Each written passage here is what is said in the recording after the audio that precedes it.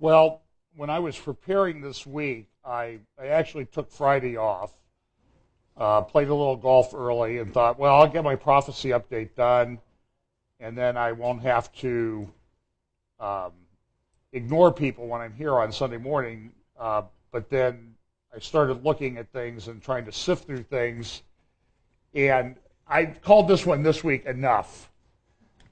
You can say that it's more than enough, or I've had enough, but enough. Okay,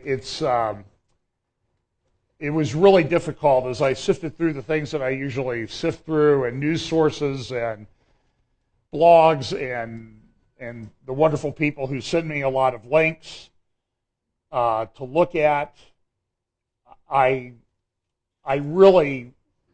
was really perplexed today as I tried to distill all of this information into something presentable to people today, because it really, in my mind, it really was one of the busier weeks that I've had. And it's like, somebody take a vacation, okay? All of you end-time players, go on vacation, take a few days, go out in the lake with your friends, take your private jets and go someplace. But that doesn't seem to be the case. So we talk each week about this convergence of the events.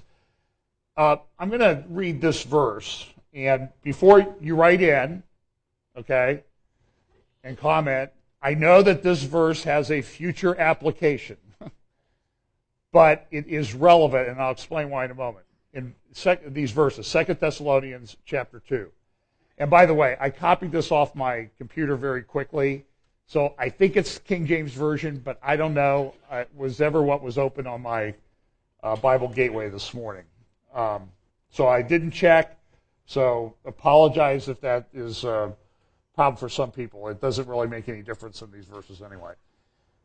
2 Thessalonians chapter 9. Even him whose coming is after the working of Satan, with all power and signs and lying wonders, and with all deceivableness of unrighteousness in them that perish, because they receive not the love of the truth. And for this cause God shall send them strong delusion that they should believe a lie, that they all might be damned who believe in the truth, but have pleasure in unrighteousness.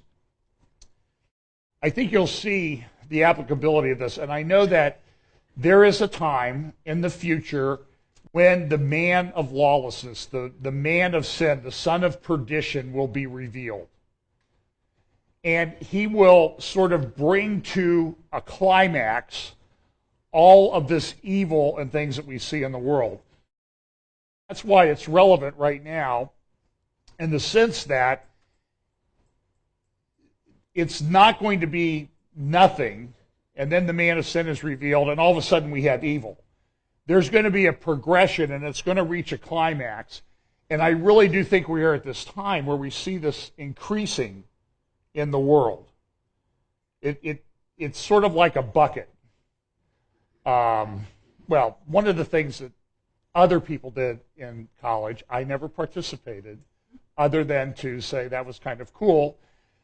In our dorm, we had tile floors, and so they would take the big waste cans out of the bathroom. They're about 50 gallons probably. Fill them with water and lean them up against the door of somebody and knock on somebody's door, and they would open it, and it would fall in, and it was like a small tsunami going through the room. And it was always funny because it always, fortunately, never happened to me. But the bucket was full, and it was only effective because it was already full when it tipped over. That's the way this evil, I view this coming lawlessness and evil as happening. The bucket's being filled up. It's almost there to overflowing, and eventually it's going to tip over and it's going to flood everything. We see, though, the manifestations of that in the world, and I think we'll see that in a moment as I go through some things. So here is a statistic. Now, some of this is from these are a couple old things from a couple 3 years ago, knowledge doubling every 12 months, soon to be every 12 hours. And I think we're at that stage. But I want you to be clear that what's doubling is knowledge, not wisdom. It seems that as knowledge doubles, wisdom halves. It's falling exponentially. We saw a lot of that this week. A friend of mine from the UK had posted this on his Facebook page that this is from a few years ago to maybe explain why Britain wanted to get out of the EU. EU bans claim that water can prevent dehydration. And there's actually a thing that they put out, a publication with these conclusions. What was happening was somebody was selling water in water bottles and claiming that it would prevent dehydration. I know you're looking at me like, this is what the EU people do, the bureaucrats, and they concluded that it was not, they couldn't do that. Look at these. The food constituent water, which is the subject of the health claim, is sufficiently characterized. The claimed effect is regular consumption of significant amounts of water can reduce the risk of development of dehydration and concomitant decrease in performance. The target population is assumed to be the general population. Dehydration is a condition of body. This, by the way, it's about 8-page, single-spaced. Dehydration is a condition of body water depletion. The proposed risk factors are measures of water depletion and thus are measures of the disease. The proposed claim does not comply with the requirements for a disease risk deduction claim pursuant to Article 14 of Regulation EC number 1924/2006. Okay? So don't do that. My suggestion was, why don't we lock the bureaucrats in a room for 3 days and then ask them to write this nonsense? With no water. Right. Nothing. No food or water. And see how they feel. So, I'm glad we have people in government to help us through these problems that nobody ever figured out.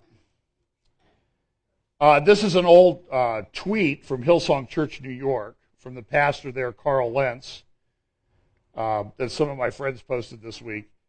He said this: "You don't have to know the roadmap if you know who created the map." Now, this sounds very much like what Andy Stanley said in one of his sermons. You don't really, you just need to have faith. You don't really need to believe the Bible, or I can't remember exactly what he said. It was something along that. It's the same thing, which is nonsense, okay? I mean, if you know Rand McNally, or you know the makers of the GPS, TomTom, if you know TomTom personally, it doesn't help you any bit to get where you're going, right? Everybody knows this. But this is what passes for being a hip, young, cool pastor of a vibrant, urban, growing church that everybody wants to be like. And it's sheer, utter nonsense. It's vacuous, vapid, empty thinking. It is nonsensical. But I am sure, in fact, if you look down here, do you see the little thing there by the 802 by the little like button? 802 people liked that. 86 people thought it was profound enough to share.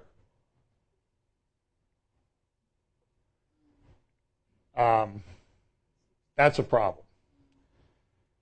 In education standards, or in the world, this is a great article on Breitbart by Matthew Archibald, saying, in politically correct world, Christianity is the new secondhand smoke. This is what's coming. Persecution. Jesus warned us about it. He told us it would come. It would even come from people we thought were part of our family or friends or part of the household of faith. It's coming. And what he's saying is, there's a lot of things in the world today that are okay and acceptable. I mean, we've had a discussion on the whole transgender and bathroom thing, but there are certain sacred cows that are untouchable, one of which is secondhand smoke. Another one is global warming. Although now they're talking about an ice age, which, okay, I'm not sure the thing. I refer to the quote, Rachel Maddow, the liberal commentator, host of a show on MSNBC, said once, I think that global warming means extreme weather of all kinds. She actually said that on the David Letterman show. So I wish I had the clip, but Dennis Prager plays it all the time. So there are certain things you can't challenge. And what his point here in his article, which I would hope you would look up, I'll try to post the link to it, is you just don't talk about Christianity the same way that you did a generation ago. It's like secondhand smoke.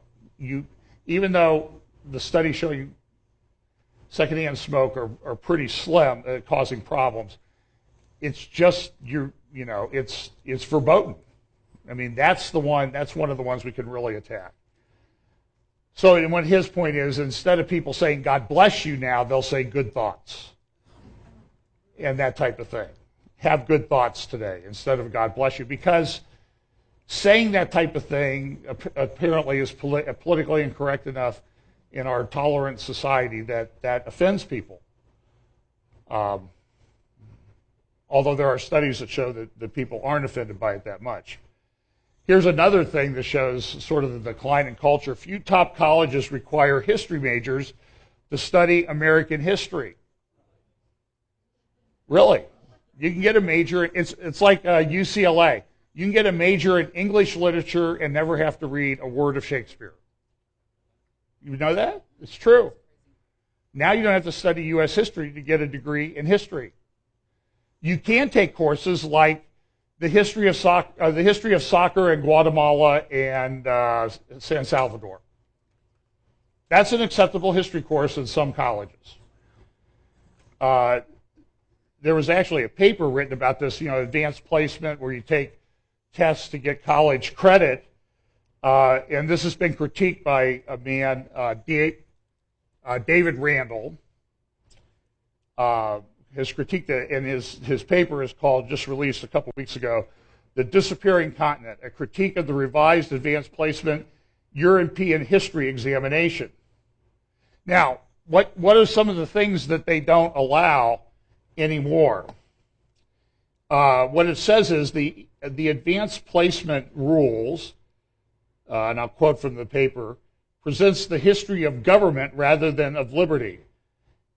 The advanced placement rules present religion throughout as an instrument of power rather than as an autonomous sphere of European history. It treats the movement to abolish slavery without mentioning how it was inspired by religious faith. It also does things, this is for the European continent, it removes all references to religion and history. This is very Orwellian. It's rewriting history.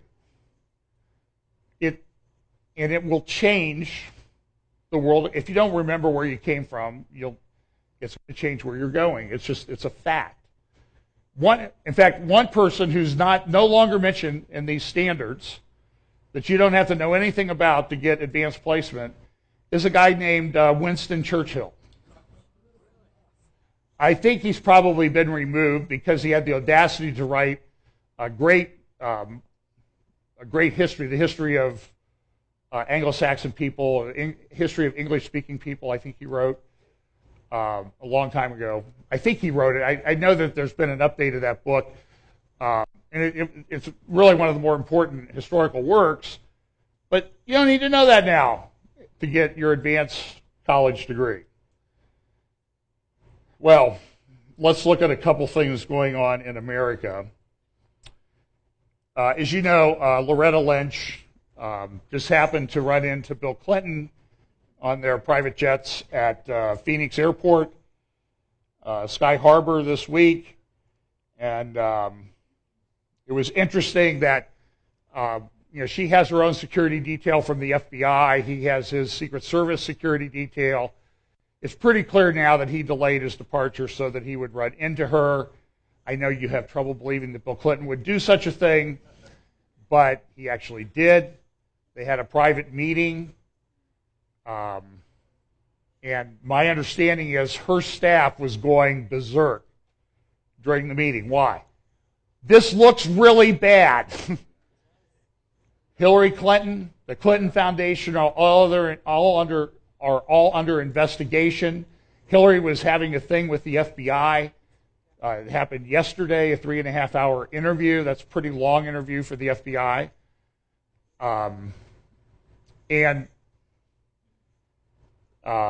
So Lynch came out at the end, and initially she said, look, I'm going to defer. I won't be involved. That was the implication. I won't be involved in the decision on whether Hillary gets prosecuted or not. And then she went on. She had a very rough week. I mean, she was in Phoenix, and she had to go to Aspen, Colorado. And she was interviewed by Jonathan Capehart from MSNBC during one of the sessions there at the Aspen Ideas Festival. And he asked her a question. I've cut out some of her answer. I'll get just so we can go to the money part. So here it is. A lot of people were like, I mean, friends, supporters, backers are saying, what on earth was she thinking talking to Bill Clinton? So, what on earth were you thinking? What happened? As I've always indicated, the matter is being handled by career agents and investigators with the Department of Justice. They've had it since the beginning. They are independent. Which predates your tenure as Attorney General. It predates my tenure as Attorney General. It is the same team, and they are acting independently. They follow the law. They follow the facts. That team will make findings. That is to say, they will come up with a chronology of what happened, the factual scenario. They will make recommendations as to how to resolve what those facts lead to. The recommendations will be reviewed by career supervisors in the Department of Justice and in the FBI, and by the FBI director. And then, as is the common process, they present it to me, and I fully expect to accept their recommendations. But I will be accepting their recommendations and their plan for going forward. Well, they walked that back. They immediately had a DOJ spokesman come out and say, it's not quite right. She's still going to be the ultimate decider. And even though it's reviewed by career prosecutors who work in the department full-time, regardless of the administration, it's going to be reviewed by political appointees to decide what to do. So it was just a lot of,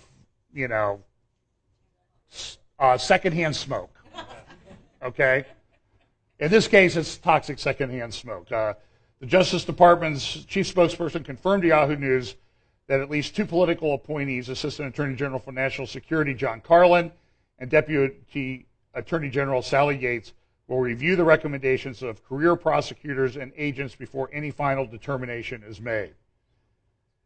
We also had the meeting of the three amigos in Ottawa, Canada this week.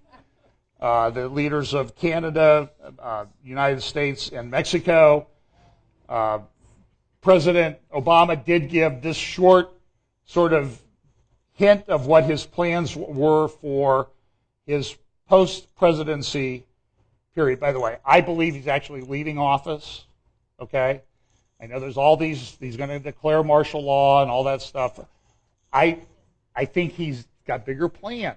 It's just, he's done with just this tiny little United States, okay? That's not enough. But here's what he plans to do.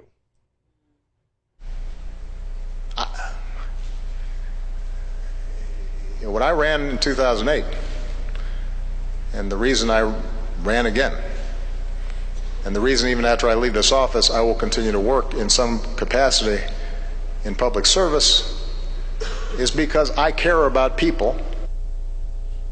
Okay, public service. What public service? Use your imagination. Look, he's going to make a lot of money, and he's got other plans. So he just won't have the big jet anymore. And we may have to get a new one because I think he's worn that one out.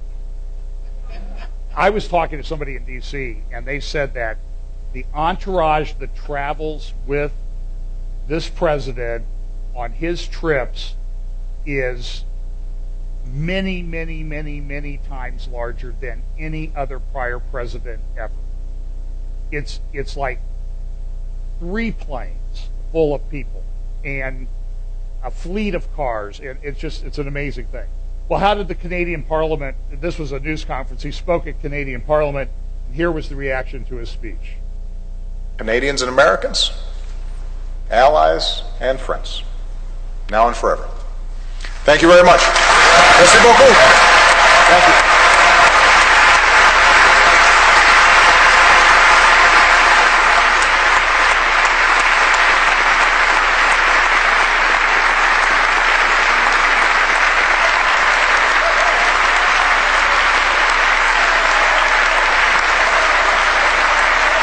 Can you hear them chanting?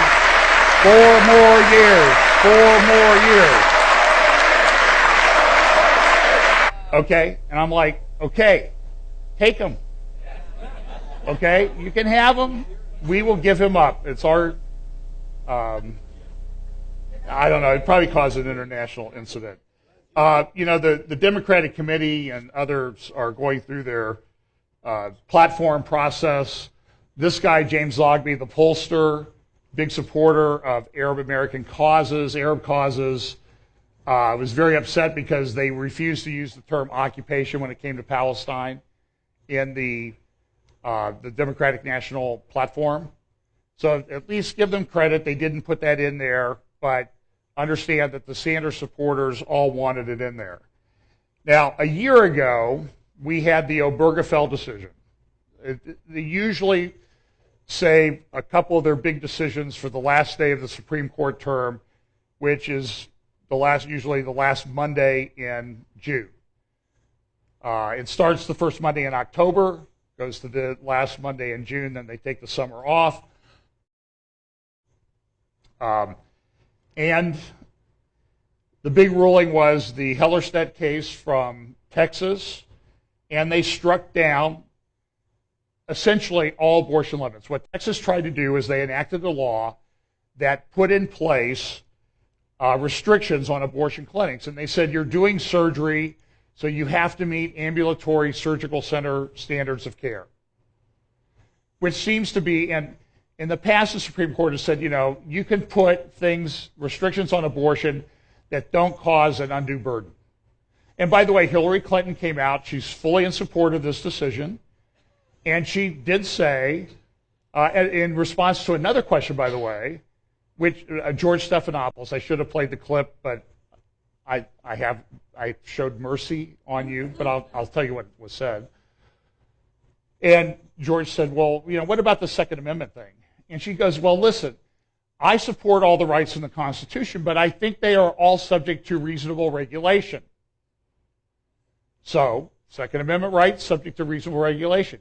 Now, what should George have done? Okay? He's been away from the White House now for a while, you know, probably been through therapy and stuff. He should be able to think a little more clearly than he did when he was under the Clintons' influence. I would have followed up and said, okay, but in light of the Supreme Court decision on Monday, Senator Clinton, or Secretary Clinton, or whatever she's called now, Her Highness maybe, I don't know, what do you think should be the reasonable regulations to be put in place on abortion? The problem with conservatives is they always control the narrative.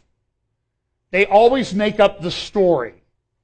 And it's about time that changes. Okay, so for example, when the Orlando shooting what was the left came out and what was it? We're having a sit-down strike in Congress until we put in gun control legislation.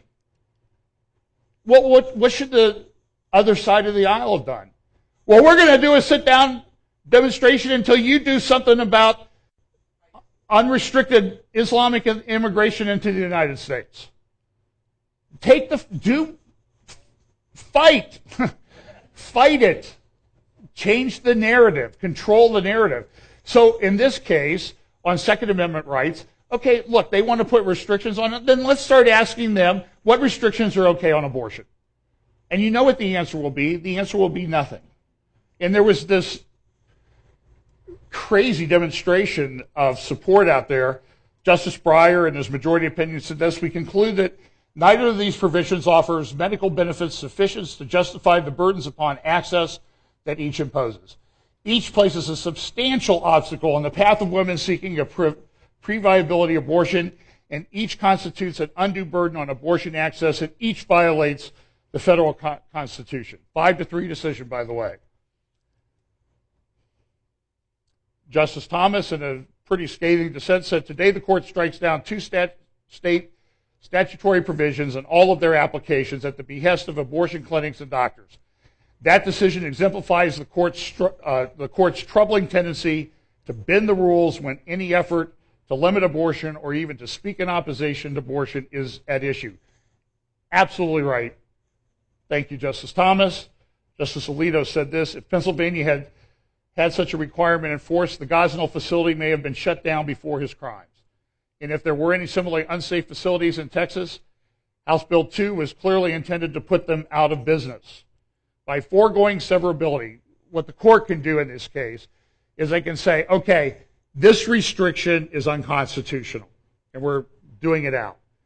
This restriction makes common sense, it's okay, and we'll follow it. What the Supreme Court did in this case was they threw them all out, every single one. And you'll see in a minute, it's only abortion clinics that have risen to the sacred level of unrestricted everything. First of all, it's not even in the Constitution like the Second Amendment, but it's found in the penumbra, in the shadows, I guess. For example, surgical center patients must be treated with respect, consideration, and dignity. That's thrown out. I guess they don't realize that. Patients may not be given misleading advertising regarding the competency and/or capabilities of the organization. That's enjoined. Centers must maintain fire alarm and emergency communication systems and eliminate hazards that might lead to slipping, falling, electrical shock, burns, poisoning, or other trauma. That is enjoined. So they don't have to comply with fire regulations and safety regulations.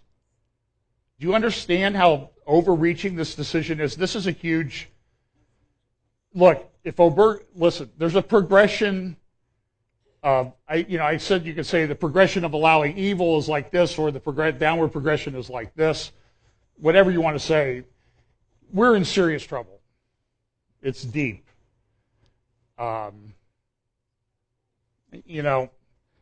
Remember, this is what one candidate for president says about abortion rights. Rights have to exist in practice, not just on paper.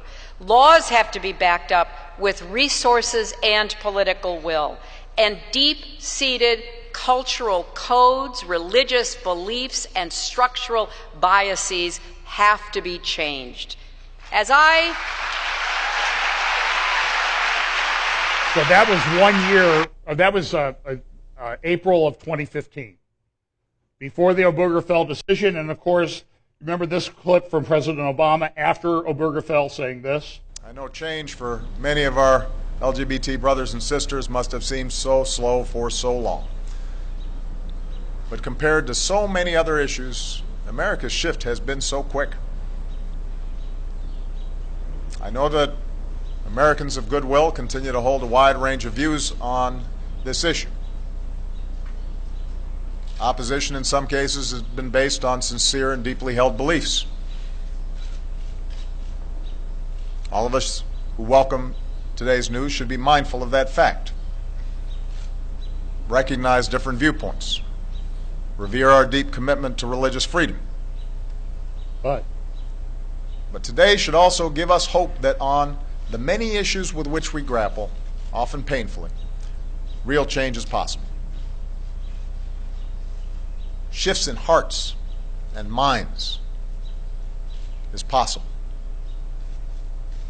And those who have come so far on their journey to equality have a responsibility to reach back and help others join them. Okay? You need to evolve if you don't agree with me. That's what they're saying. I mentioned this book last year by Michael Walsh and Diana West. His is The Devil's Pleasure Palace, The Cult of Critical Theory and the Subversion of the West. Her book, American Betrayal, The Secret Assault on Our Nation's Character. Both excellent books. I think two of the more important books, secular books that you can read. that really nail the problem that we face ourselves in our culture. Her name is Mary Eberstadt. She wrote a National Review this week and last week. She wrote 2 great articles on this. I'm going to read a little bit from them about what does the Supreme Court decision really mean. What's the takeaway? Now this, I agree with what she said, and you'll see this in just a minute. She says this: Democratic activist and former state legislator Wendy Davis, who ran for governor in Texas, told the Fort Worth Star-Telegram that she burst into tears yesterday learning that the Supreme Court had invalidated a Texas law aimed at raising the medical standards of abortion clinics. And she wasn't the only one responding that way. I was overjoyed, the Huffington Post said. I had tears welling up for the women of Texas and for reproductive freedom in this country. CNN, tears of joy, shock, and sighs of release. Twitter, just screamed crying for the good news to people on the beach here in Florida. Exclamation point. She says this, Mary Eberstadt: anyone who doubts the transvaluation of secularist progressivism into a religious faith grounded in theology about the sexual revolution need look no further than the selfies and videos of all those weeping, hugging, rapturous devotees on the steps of the Supreme Court yesterday. This was no political demonstration. It wasn't an exercise in even political theater of the Occupy Wall Street variety. It was instead an outburst of quasi-religious euphoria, a Gnostic rave. This is exactly correct. I watched that stuff. The transported faithful may not have been on ecstasy, but they were in ecstasy of a kind familiar with the religious history of mystics, whirling dervishes, and revival tents.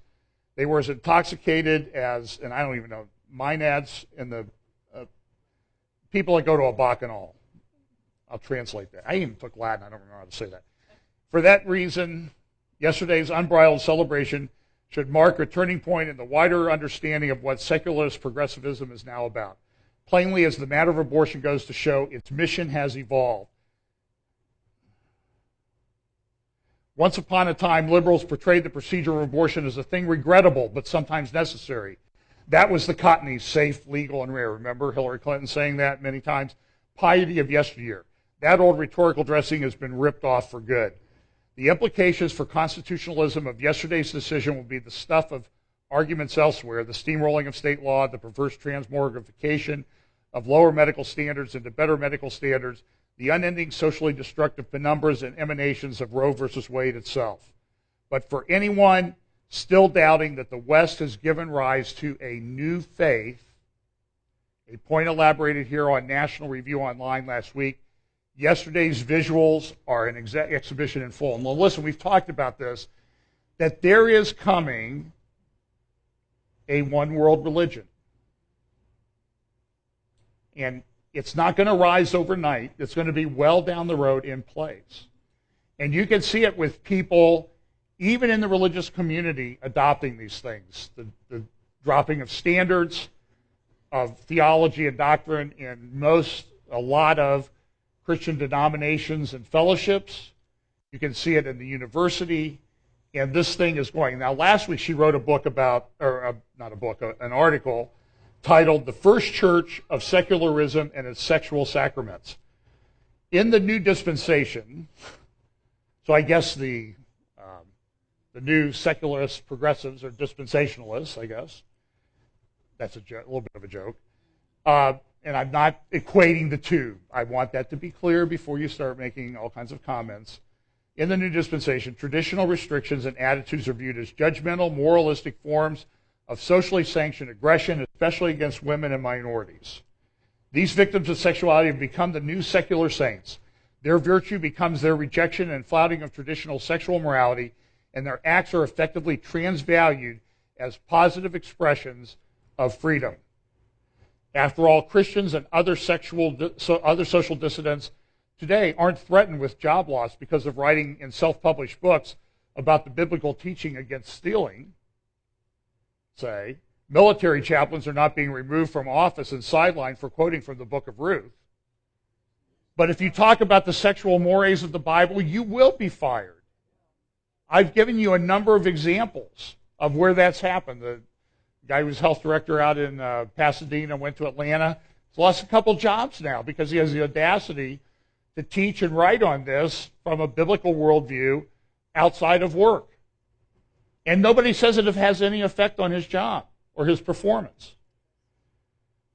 She continues in her article this week, to weep for joy over the trashing of future generations may seem inexplicable. Even so, the quasi-theology beneath that seeming act of perversity is transparent enough. It's the same syllogism that's been there all along, ever since the technological shock of the birth control pill first stirred this new faith to life. Consenting sex is the highest good. Anything that interferes with this highest good is by definition evil. Therefore, whatever it takes to grease the wheels of the revolution is not only good too, it is cause for full-throated Dionysian celebration. We are witnessing something truly new under the same sun that earlier humans once worshipped, a secularist faith that will not acknowledge itself as faith, but behaves as only a faith can, replete with hagiography, demonology, scholasticism, sacraments, and an absolutist certainty that those who believe otherwise deserve punishment. This is a brilliant piece of writing, I think. We'll put the link up so you can read the whole thing. It's this faith that explains one seemingly inexplicable national fact, which is why the victors in the culture wars aren't being magnanimous in their victory. To true believers, their opponents are not fellow citizens to be accommodated. They are instead heretics in need of social exile. Great article. And I'll just say it's prophetic in many senses. Do you see how this fits in to the passage in 2 Thessalonians 2 about their celebrating in unrighteousness? It's not fully here yet, but I think we can agree that it's well on its way. And it's what we should expect. Okay, let's look to Israel for a little bit. Did somebody move that clock ahead?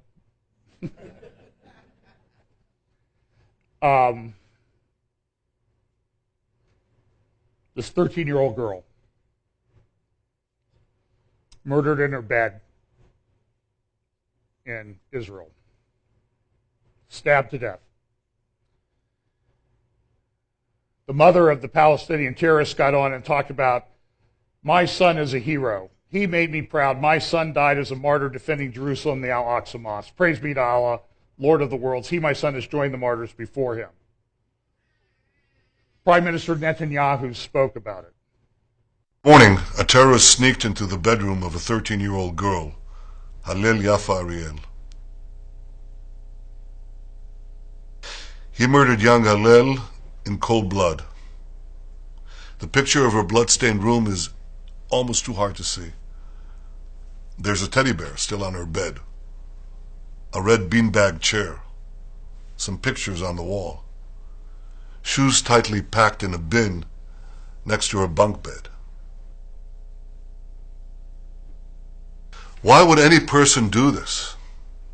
You don't murder a sleeping child for peace. You don't slit a little girl's throat to protest a policy you don't like. You do this because you've been brainwashed. You've been brainwashed by a warped ideology that teaches you that this child isn't human.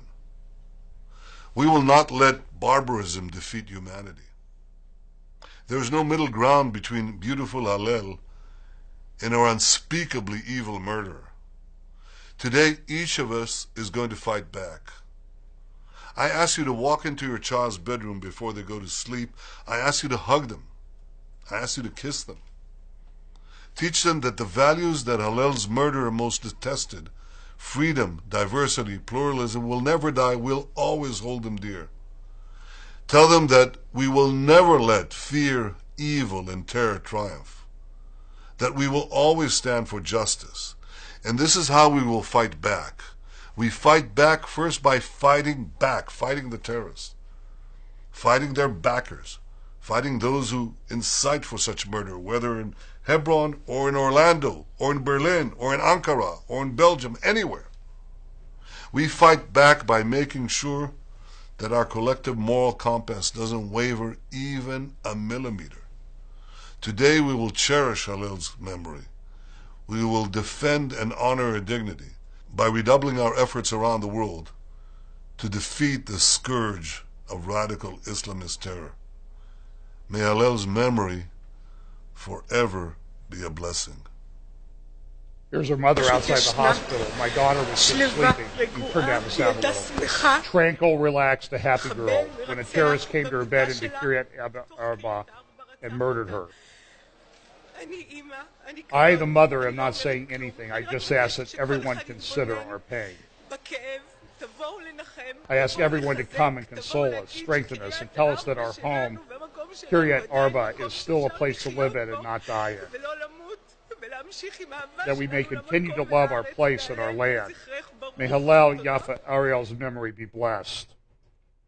Here's a clip from her funeral, which I think was today or yesterday in Jerusalem. There's no translation. I think you'll get the point. This is the concluding of her mother's eulogy.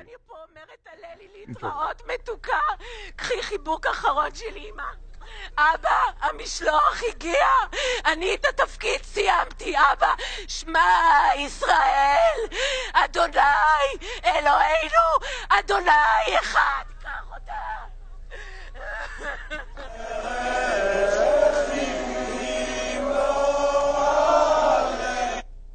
Friday morning, a rabbi near Hebron was driving with his wife and 2 of his 10 children, and he was shot and killed by terrorists in the West Bank. Israel's response has been to impose some pretty tough restrictions on the West Bank. It's interesting, if you look at the New York Times headline, it doesn't say terrorist kills father of 10. It says Israel imposes tough restrictions on Palestinians in West Bank after attack. They are morally bankrupt. They are moral idiots. They cannot see this. It's stunning to watch this happen. So they've closed off. They're looking for the killer. Here are some of the rabbi's children asking people to come and to come to the funeral. He wasn't just our father. He was a father to so many people, and that's very important for us, that people come to the funeral because he truly was everyone's. Come, everyone. Here's something good about who our father was. And take something good from that. Become better people. And here's a daughter-in-law speaking this morning at his funeral. אתה עלית בצורה הכי מדהימה. אתה פשוט נעצרת על ידי קידוש השם בעולם. תודך שטבעת במקווה, אבא צדיק שלי. אתה צדיק, אבא. You get the point. I know you do. Elie Wiesel, who survived Auschwitz, in fact, he later identified this famous picture taken in the bunkhouse at Auschwitz. In the second row, he's the 7th from the left, as the Auschwitz death camp was liberated. And he became a tireless warrior for that. He passed away yesterday in Jerusalem. Tomorrow is a time of sort of mixed emotion celebration. It's been 40 years since the raid on Entebbe, when a team of Israeli soldiers flew 2,200 miles each direction to rescue about 100 hostages. 3 hostages died. 1 was murdered in a hospital later. All Jewish, and 1 Israeli soldier, Yoni Netanyahu, the older brother of Benjamin Netanyahu, was killed. The only Israeli soldier to lose his life. And they returned to this great celebration, but then there was also, these are scenes from Yoni's funeral. That's Benjamin Netanyahu there on the left. You see Shimon Peres, that's his father there on the right. And it was attended by all the leading military and governmental brass in Israel. If you go to my Facebook page, by the way, there's a link there where you can actually go watch the documentary for free if you want on Vimeo, called Follow Me, the story of Yoni Netanyahu. Very, very impressive story, very well done. And when you listen to Benjamin Netanyahu interviewed about the death of his older brother, you will understand why he spoke as he did there about the death of that 13-year-old girl in Israel this week. So Naftali Bennett's come out with some ways to stop terrorism. Response of the Prime Minister, bless his heart, is they're going to go build more homes in Kiryat Arba where this young lady was murdered. And they're looking at it. But being that it is the month of Ramadan, that means it's also the month of Islamic terrorism.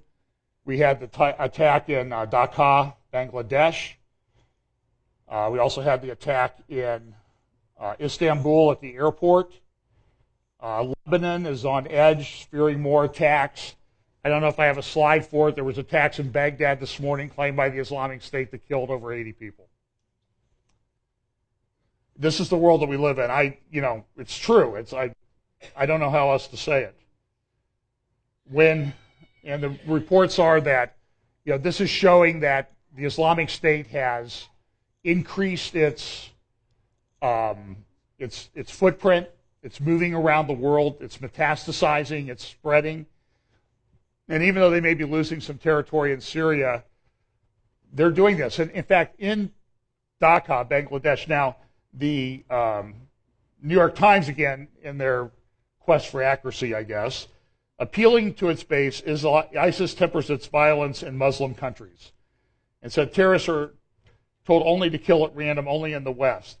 And their other headline, ISIS targeted a cafe known for students and foreigners. What they did was they went around and asked people to quote verses from the Quran. If they couldn't, they were stabbed, sliced, or shot and killed. It included students from 3 American universities, at least 1 American. Muslim people were spared. This is also yesterday was International Quds Day. There were rallies all over the world of people saying we're going to take back Jerusalem. Al-Qaeda came out, though, in response to the Orlando shooting, and I'm going to tell you right now, I'm going to go a little bit over, because I'm going to skip a bunch of stuff, but there's a couple important things that I think we need to talk about. So Al-Qaeda has a magazine called Inspire. ISIS has a magazine called The Beak. It's named after a valley near Aleppo where there's supposedly one of the prophetic end-time battles of Islam involving Islam are going to be fought. So Inspire came out with, okay, they praised the Orlando shooter. He did a great job, but, let's make these operations a little bit more efficient and a little bit more, I don't know how to say this, politically correct. Listen to what they say. This is their publication. The executor chose a homosexual nightclub, and even though the killing of such people is the most binding duty and closer to human nature, but better than this to avoid targeting areas where minorities are found. In other words, be politically correct, okay? Just get white, straight people, okay? Because we get a lot of fallout from this. If you just kill white, straight people, nobody cares about that. This is in order not to deviate the essence of the operation and letting it be termed as a small issue, and the American media is trying to portray in the case of Mateen. The Western media focused on the testimony by Mateen's father, who said that his son hates homosexuals and that terrorist ideas had no place in his motives. Well, I think his father was lying, but that's beside the point. The media tried to portray the operation motives to be against a particular group of people in order to turn the American public away from the real motives of the operation. Now, it's funny when Al-Qaeda is accusing the Western media of doing propaganda. It is better to avoid targeting places and crowds where minorities are generally found in America. Therefore, we advise targeting areas where the Anglo-Saxon community is generally concentrated. This class of the American community is the majority and is one that is in the American leadership. We finally call upon Muslims in America to take up arms in defense of their religion and the Islamic Ummah. We call upon every single Muslim in Western countries or in other countries who are able to travel to the West to follow in the footsteps of our hero, Umar Mateen, and his lights. To rise and strike America, the head of Kufr, to ask Allah to accept our hero, Mujahid, brother Umar Sadi Mateen, may Allah place him in the highest paradise with the messengers, prophets, and martyrs. Now, Megyn Kelly, start this. She had a little thing on terrorism. I want to listen to a few of these. I'll cut this a little bit short. I want you to listen to a few of these clips because they're talking about, okay, is Islam the problem? Can we say radical Islamic terrorism? So here's this guy. This guy makes my blood boil. He's a civil rights attorney. Ron Kobe or something is his name. And listen to what these people have to say. They'll have some Islamic imams speak also. I mean, this is not a single-dimensional problem where you attack Muslims or political correctness or demand a whole community come out in a daily denunciation that no other community in this country is asked to do. These people that are gunning other people down, they're not following Islam. That's for sure. But what's the problem? The problem is that the true message of Islam is not getting to them either. Let's again turn to our panel. So this goes back to the discussion we were just having about whether some of these beliefs are baked into the Islamic faith. And I'll ask you about that, sir. Go ahead. See, I've studied the Quran for 7 years, and nowhere in the Quran does it condone killing of an innocent human being. It actually says killing one person is equal to killing all of humanity. So when the interpretation of groups like ISIS are by the way, Islam has their own emergent problem, okay? That man is, look, pray for these people, okay? That's about all you can do at this point. Argue with them and pray for them.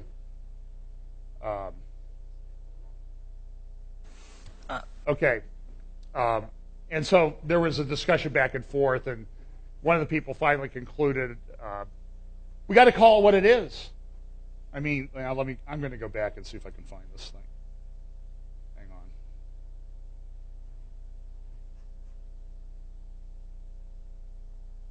on. Oh, well, listen to this.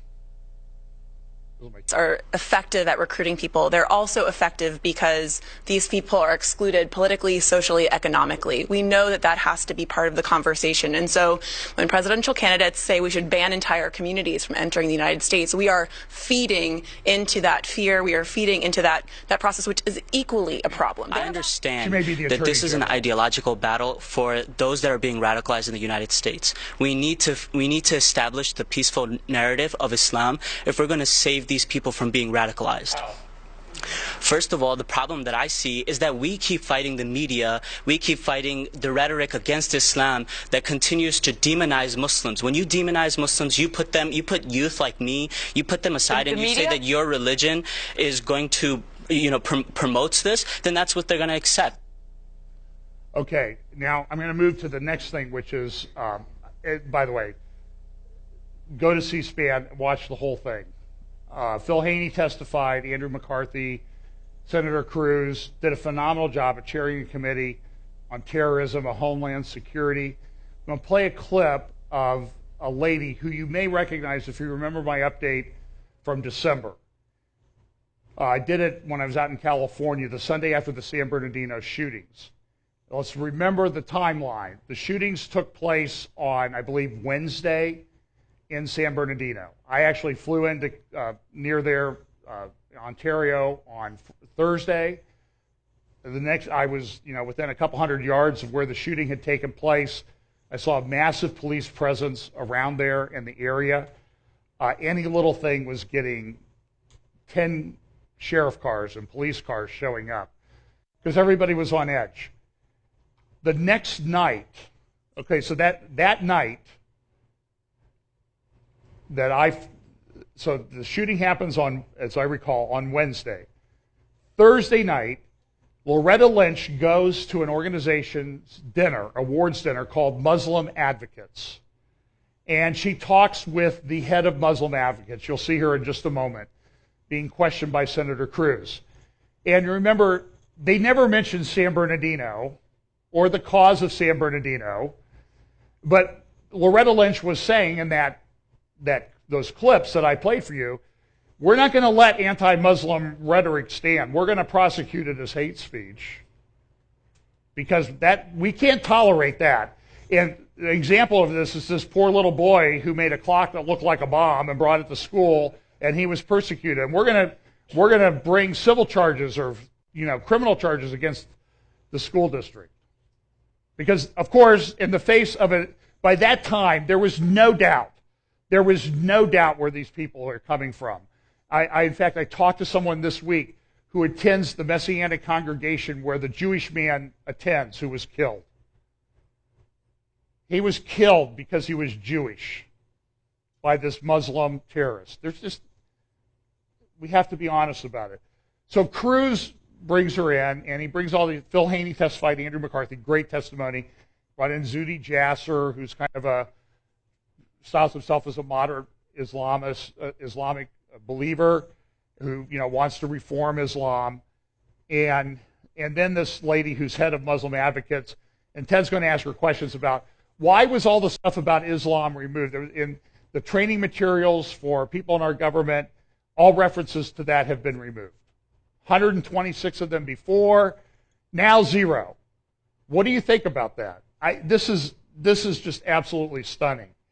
And I don't want you to think that all lawyers are this way, okay? But enough of them are. Ms. Kara, your organization asked John Brennan and the Obama administration to, quote, purge references such as this from law enforcement training materials, and at the request of your organization, the administration complied. Is it the position of your administration that the references to jihad and Muslim and Islam in the 9/11 Commission report were somehow offensive or bigoted? So my organization's position is that training materials as well as intelligence products that were produced by the FBI are not only offensive and inflammatory and alienating Muslims and American Muslims, but more importantly... you can go to, and you can find this chart that he used that shows all the times that they took all of this stuff out and they changed it to violent extremism. So she's going to explain, well, she's not going to answer the question, but she's going to talk. They make us less safe. And the reason they make us less safe is that I think what the recent tragedies have shown us, including in Orlando, is that we need law enforcement. They weren't tragedies. They were terrorist attacks. More than ever, focusing on finding the needles in the haystack. And by broadly painting an entire faith community with a broad brush of suspicion, we're actually dumping more hay onto the haystack and making law enforcement's job more difficult. If I could just give an example. With respect, I would like to ask you to just answer the specific question I asked, which is it your organization's position that the 126 references to jihad by the 9/11 Commission were some... By the way, you see the name there on the right? That's Phil Haney. So I sent him an email. I said, how did you not, jump all over her? I mean, really. I mean, he's a wonderful man. Oh, for crying out loud. Hang on. Were somehow offensive or bigoted. Let me. I want to make it clear, Mr. Chairman, that our concern is about not just terminology, but it's about what these materials are communicating. So it's not just about using the word jihad or Muslim, but it's what it's communicating to agents and what it's communicating to the general public. You don't think it was bigoted to use jihad? I just want to understand your organization's position, whether or not it is bigoted to use the word jihad. So. This is when I think it's problematic. I think it's when we have public officials, whether it's members of Congress, members of the administration, who are going out and describing the problem as a problem of jihad or a problem of radical Islamic terrorism.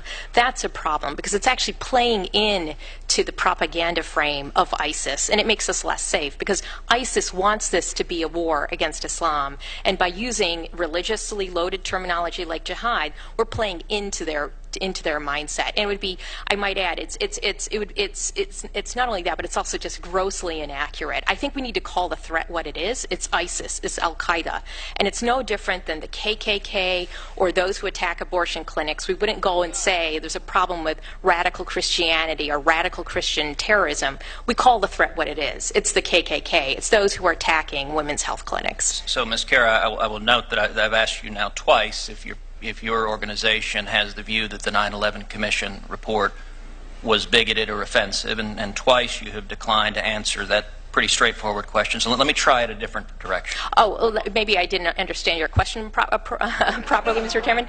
The use of the term in general by the 9/11 Commission report, I don't think is problematic in itself. I think it's in general, as officials are talking about what the threat is. I think that's what the threat. That's what my concern is. Well, if it wasn't a concern, then why would it be purged from 126 down to 0000? I can't explain the administration's. I can't. I obviously cannot speak for the administration and these government agencies that did that, and what their thinking was, and developing those documents. They did so in response to a request from your organization in writing calling for a quote purge. We asked training materials. That's what we called for. Well, let me try it a different direction. On March 16th, 2015, the Long Island Press quoted Glenn Catan, who is the legal director for your organization, as saying, quote, like, what are you going to do about radicalization in the Muslim community? That's nonsense. There is no such thing. I'm curious, do you agree with the legal director of your organization that there is no such thing as radicalization in the Muslim community? Well, this is what we do believe, Mr. Chairman. What we believe, and this is based on attacks we've seen in our country in just the last year alone, whether it's the Orlando shooting, the attack on a women's health clinic, the attack at the AME Church in Charleston, South Carolina, we know that extremist violence takes many forms and people motivated regardless of their race, religion, or ideology. And what we also know is that there's no pathway, so to speak, to get to that point of engaging in violence. What the national security and law enforcement experts say is that the common thread that you see is vulnerable individuals who are seeking a sense of purpose. And so we totally disabuse and do not believe in this canard that there's somehow a pathway to radicalization. And that's what numerous studies have shown as well. So I want to give you just one more opportunity to answer the question directly, because I don't believe you did. Do you agree with your legal director who said, quote, there is no such thing as radicalization in the Muslim community? There are violent individuals in all communities, including the Muslim community. But is it connected to any ideology? There are some people who where there is ideology that's a part, but ideology is not the center or even part of the center of the causation for what causes people to engage in violence. And it's not just me that's saying that. It's experts like my colleague, Mr. German, and law enforcement and national security experts who say that. So I'm just going to give you one more opportunity to say whether yes or no you agree with the legal director that there's no such thing as radicalization in the Muslim community. I'll note for the record, Senator Durbin apparently doesn't want you to answer that question.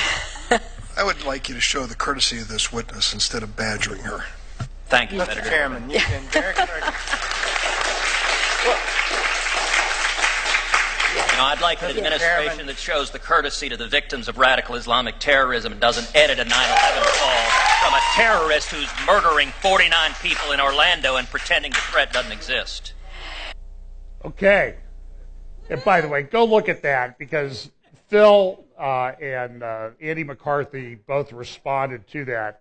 We just don't have time to play it this morning. And this is a problem. You know, look, Turkey made a deal with Israel, you know, to stabilize the region, and look what happened. ISIS attacked them the next day. Foreign policy says that this shows the dangerous new face of the Islamic State. Clarion Project talks about the fact that they're on the doorstep of this battle in the Beak that a lot of these people and these groups view as apocalyptic and very significant in their end-time eschatology. It's a graphic from the New York Times this week about attacks directed or inspired by ISIS. Here's a graphic chart that shows all the attacks just since last October that have happened. This is a thing on the decline of the Islamic State. Let's see, I'm trying to decide whether I should do it because it's a holiday weekend. If you have to leave, go ahead and leave. This should only take about another 6 or 7 minutes. Brexit. You know, it's had a lot of effect. Britain, Great United Kingdom deciding to leave the European Union. The people in charge there are not reacting very well to it. However, the leader of this movement, who was in the European Union Parliament for 17 years, I don't know how he stood it, gave a sort of a farewell speech of sorts this week, Nigel Farage. Here's a little bit of that. Funny, isn't it?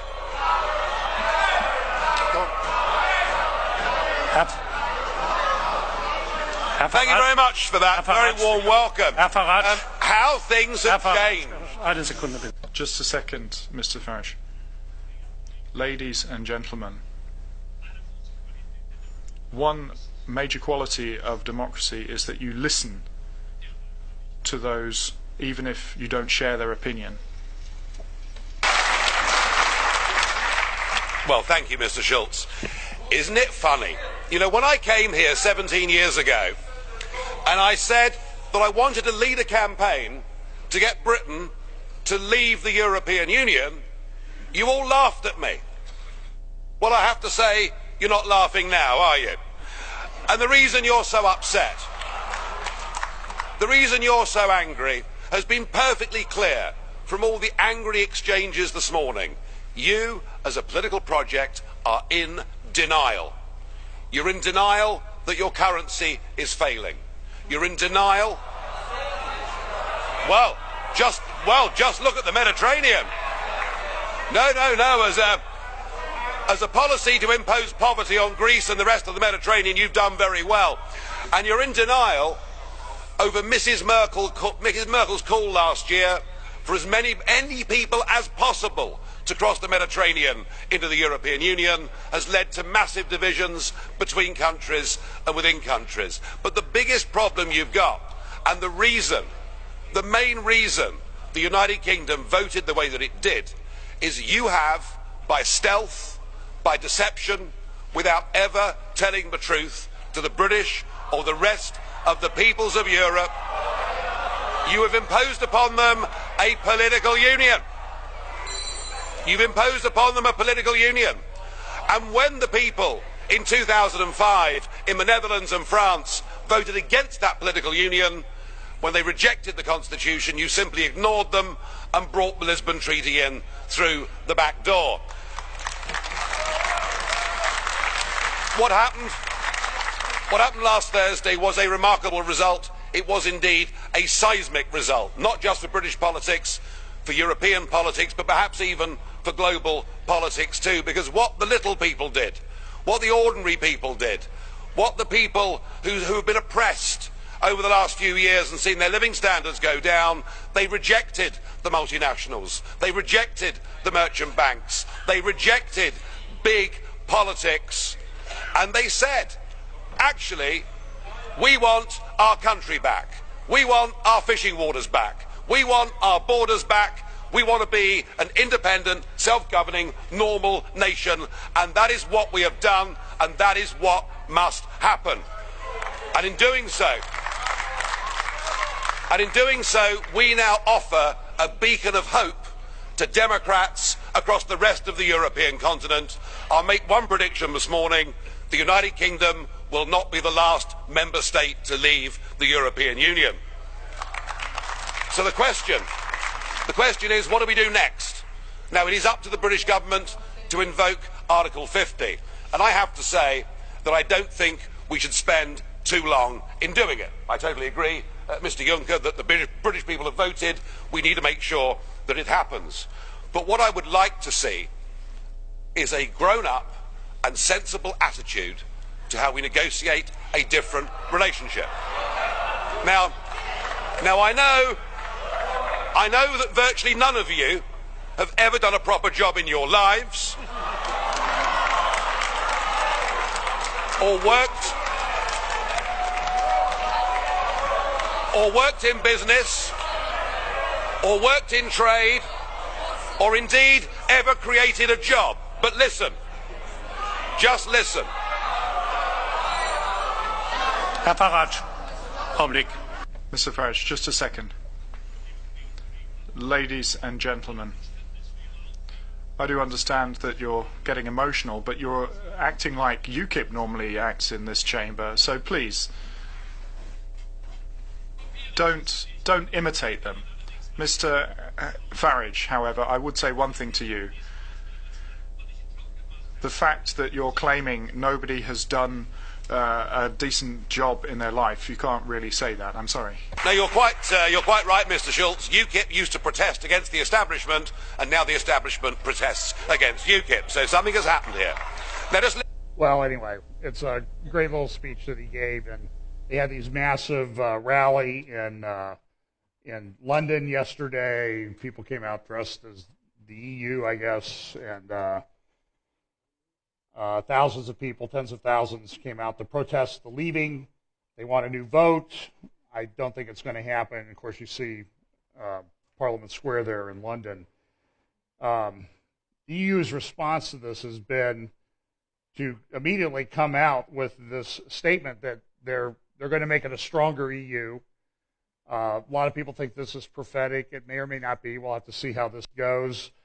In the face of sort of the dominoes falling in Europe and everybody, a lot of people wanting to leave, this report that they issued says this: we live in times of existential crisis within and beyond the European Union. Now, they had this come out pretty quick after the vote, so I think they knew how the vote was going to go.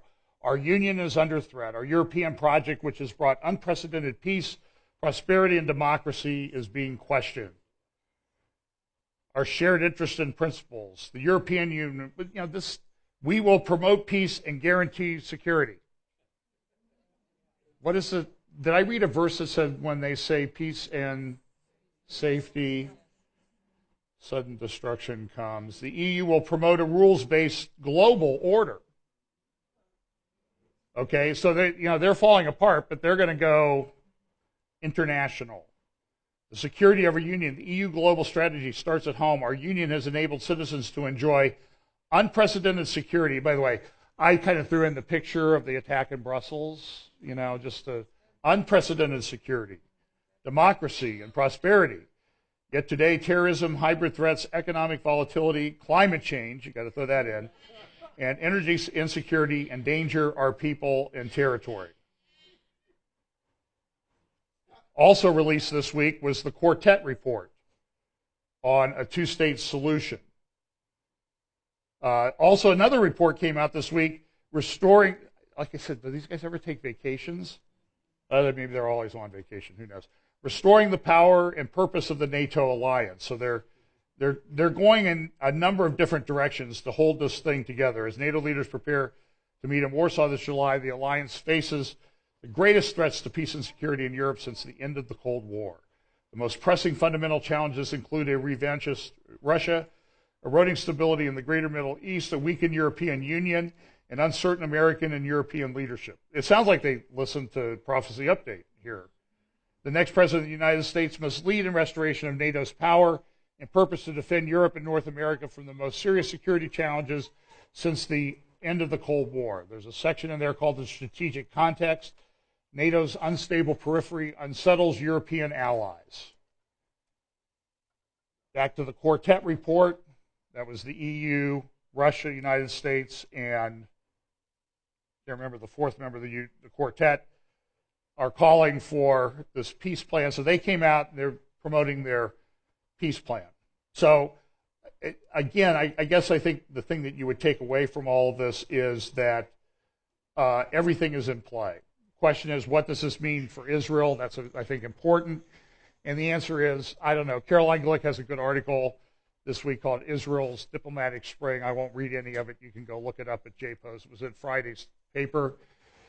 And she essentially says, a lot of people are coming to us now asking us to help them out. And so we ought to capitalize on that. So that's called Israel's Diplomatic Spring. So look, takeaway from today is it is a very chaotic world. there's a lot going on. I agree with you. You know, I look at the news some days and I say, enough. Really, enough. But remember this, and I've used this illustration a number of times. On a really bright day,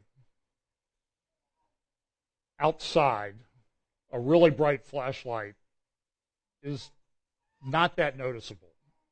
I mean, you can get one of those industrial LEDs, like for security. By the way, they're very effective. I accidentally, I'm a guy, okay, I'm the kid who used to stick his finger in the light, take the light bulb out and stick his finger in the socket just to see what would happen. And it'll knock you on your backside is what it'll do if you. So I, kind of looked at one of those things, and then, a day later, the spots started to disappear a little bit. So it's a very effective security thing. If that you can really, I think everybody should carry one. And but that won't. If it's bright sunny day outside, that won't have any impact. But make it dark, make it the middle of the night, and that light is incredibly effective. That's how the Christian should be. Let your light so shine before men. As it gets darker, the light that believers emanate from their faith in Jesus Christ will shine brighter. And so, let it shine. Let's pray. Father, thanks for your word. Bless us as we go this week. Lord, we pray that you will help us to have our light shine. Lord, we pray that you will watch over each of us and keep us safe from harm. Bless us as we go this week. In Jesus' name, amen.